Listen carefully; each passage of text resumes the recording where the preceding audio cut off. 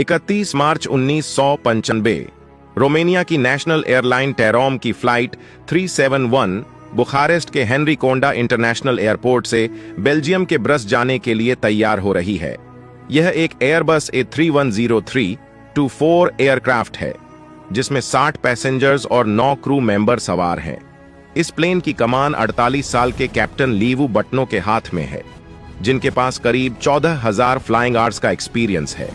वैसे तो अपने करियर के दौरान इन्होंने कई प्लेन्स फ्लाई किए हुए हैं, लेकिन एयरबस A310 में इनका एक्सपीरियंस 17,035 आवर्स का है, जो बहुत ज्यादा नहीं है। खैर, कॉकपिट में इनका साथ देने के लिए 51 साल के फर्स्ट ऑफिसर लोनेल स्टोय भी मौजूद हैं। इनके पास 8,988 फ्लाइंग आवर्स का एक्सपीरियंस है, जिसमें से 650 आवर्स का एक्सपीरियंस इन्होंने एयरबस A310 को फ्लाई करके हासिल किया है। प्लेन के उड़ान भरने की सारी तैयारियां शुरू हो चुकी हैं।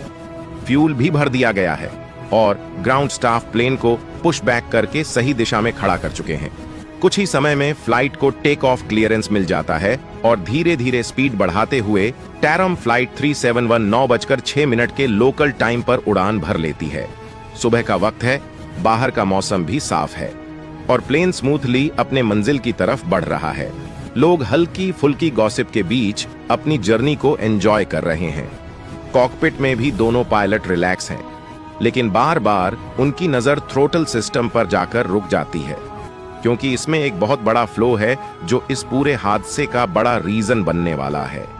फ्लाइट 371 टेक ऑफ के बाद अपने निर्धारित रास्ते पर आराम से फ्लाई कर रही है। अभी उड़ान भरे कुछ ही समय हुआ है कि ATC रूट को लेकर एक बदलाव कर देता है और फ्लाइट को बाएं मुड़ने के लिए कहता है। इस वक्त प्लेन 17,000 फीट की एल्टीट्यूड पर है और इसकी स्पीड 180 नॉट्स है, जो एक नॉर्मल कंडीशन है। नया रूट असाइन होने के बाद कैप्टन कंप्यूटर में इस नए वे पॉइंट्स को अपडेट करने में लगे हैं। असल में फ्लाइट को किस रूट से होते हुए कहां तक जाना है, किस जगह मुड़ना है, यह सभी वे पॉइंट्स उड़ान से पहले ही प्लेन के कंप्यूटर में डाल दिए जाते हैं और उन्हीं के अकॉर्डिंग ऑटो पायलट काम करता है। लेकिन अब क्योंकि रूट में बदलाव किया गया है, तो इसीलिए उसे वापस से अपडेट करना पड़ रहा है ताकि ऑटो पायलट इस नए रूट के अकॉर्डिंग टर्न ले सके। कैप्टन अभी इसी को अपडेट करने में लगे हैं, जिसकी वजह से इनका ध्यान थ्रस्ट लीवर से बिल्कुल हट चुका है।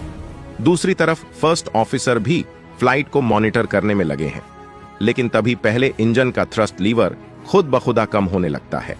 इस समय फ्लाइट 2000 फीट पर है, जिसके लेफ्ट इंजन का पावर घिरे धीरे कम हो रही है और थ्रस्ट घट रहा है।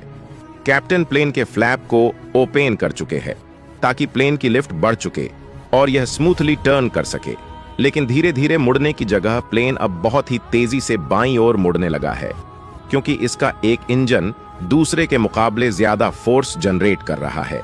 कैप्टन पूरी तरह अपने फ्लाइट शेड्यूल मॉनिटर पर फोकस्ड है, जिसके चलते इनके हाथ थ्रस्ट लीवर से दूर हैं, जबकि इस दौरान फर्स्ट ऑफिसर कॉकपिट के दूसरे कोने से सब कुछ देख रहे हैं।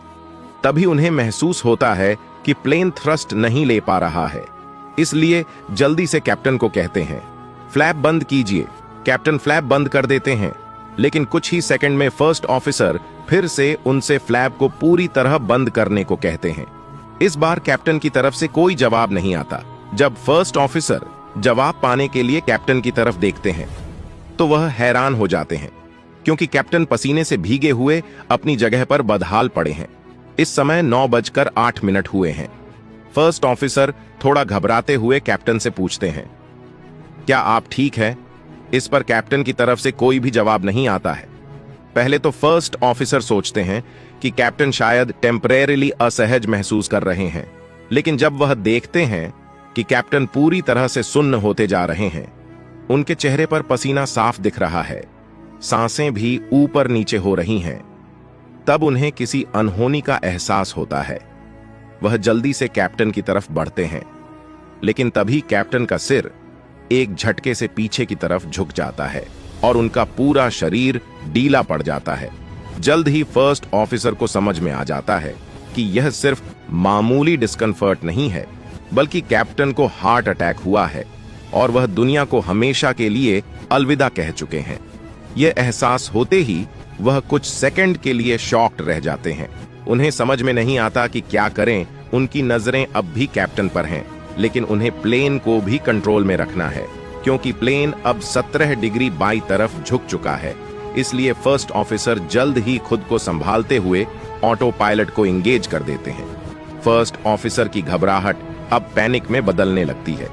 उनका चेहरा पसीने से तर हो चुका है, हाथ कांप रहे हैं और दिमाग में लगातार सवाल घूम रहे हैं। अब क्या करूं, प्लेन को कैसे संभालूं, क्योंकि इसे टेक ऑफ हुए कुछ ही मिनट हुए हैं और प्लेन की ऊंचाई भी इतनी ज्यादा नहीं है कि उसे समय रहते स्टेबल किया जा सके। साथ ही फर्स्ट ऑफिसर के पास इस प्लेन को ऐसी कंडीशन में संभालने का कोई खास एक्सपीरियंस भी नहीं है और इस समय वह घबराहट के मारे यह भूल चुके हैं कि वेस्टर्न एयरक्राफ्ट के इंस्ट्रूमेंट्स सोवियत से थोड़े अलग होते हैं। इसलिए यह उस पर दिखाए गए डाटा को भी करेक्ट वे में ही समझ पा रहे हैं और यह सब चीजें मिलकर एक बहुत बड़े डिजास्टर को जन्म देने वाली है। अगर फर्स्ट ऑफिसर ने वक्त के साथ चलते हुए खुद को वेस्टर्न एयरक्राफ्ट के लिए एजुकेट किया होता तो आज उन्हें यह दिक्कत नहीं झेलनी पड़ती। प्लेन अब भी स्टेबल नहीं है और थ्रस्ट की समस्या जारी है। साथ ही एयरक्राफ्ट तेजी से नीचे की तरफ गिरने लगता है। कंट्रोल पैनल पर लाल पत्तियां चमकने लगी हैं और कई तरह के वार्निंग सिग्नल्स बीप कर रहे हैं। फर्स्ट ऑफिसर अपना पूरा जोर लगाकर प्लेन को स्टेबलाइज करने की कोशिश कर रहे हैं, लेकिन हर बार प्लेन एक तरफ को झुका जा रहा है।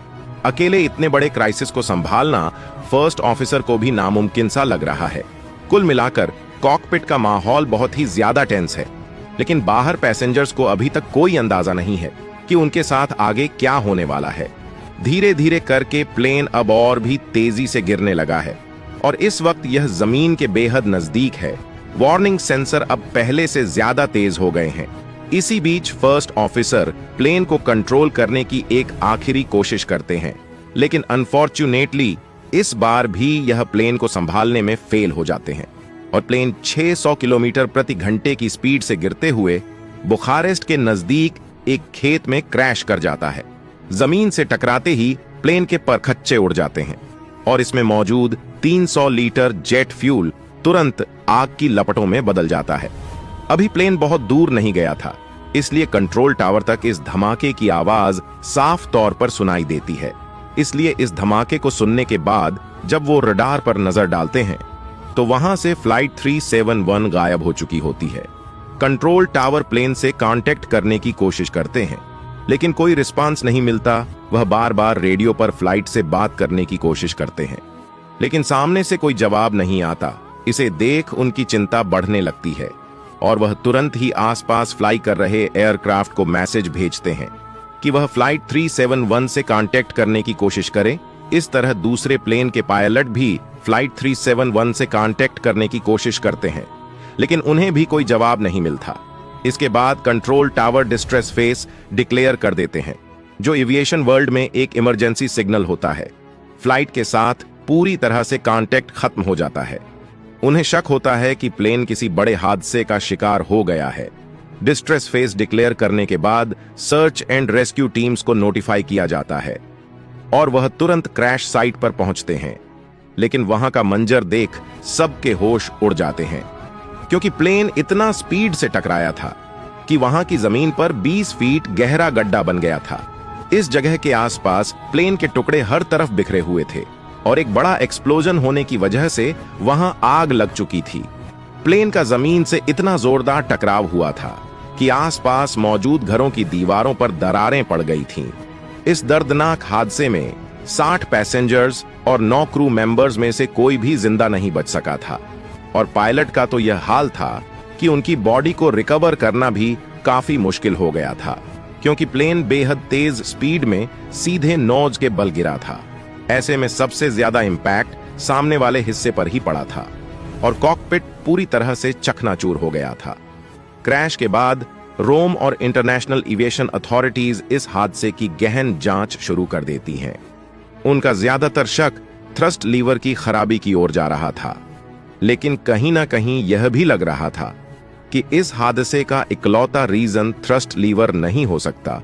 इसलिए वह कॉकपिट वॉइस रिकॉर्डर और फ्लाइट डाटा रिकॉर्डर की मदद से पता लगाते हैं कि कैप्टन लीवू बुटोऊ को उड़ान के क्रिटिकल मोमेंट पर एक स्ट्रोक आया था, जिस वजह से वह प्लेन को कंट्रोल नहीं कर पाए।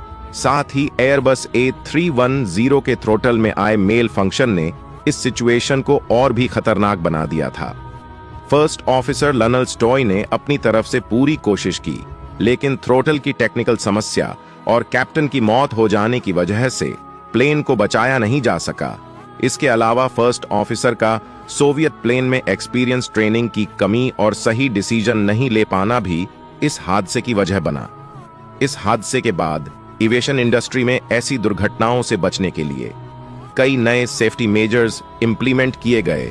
साथ ही मेडिकल चेक्स को और ज्यादा सख्त बनाया गया ताकि किसी पायलट की तबीयत खराब होने की संभावना को पहले से पहचाना जा सके।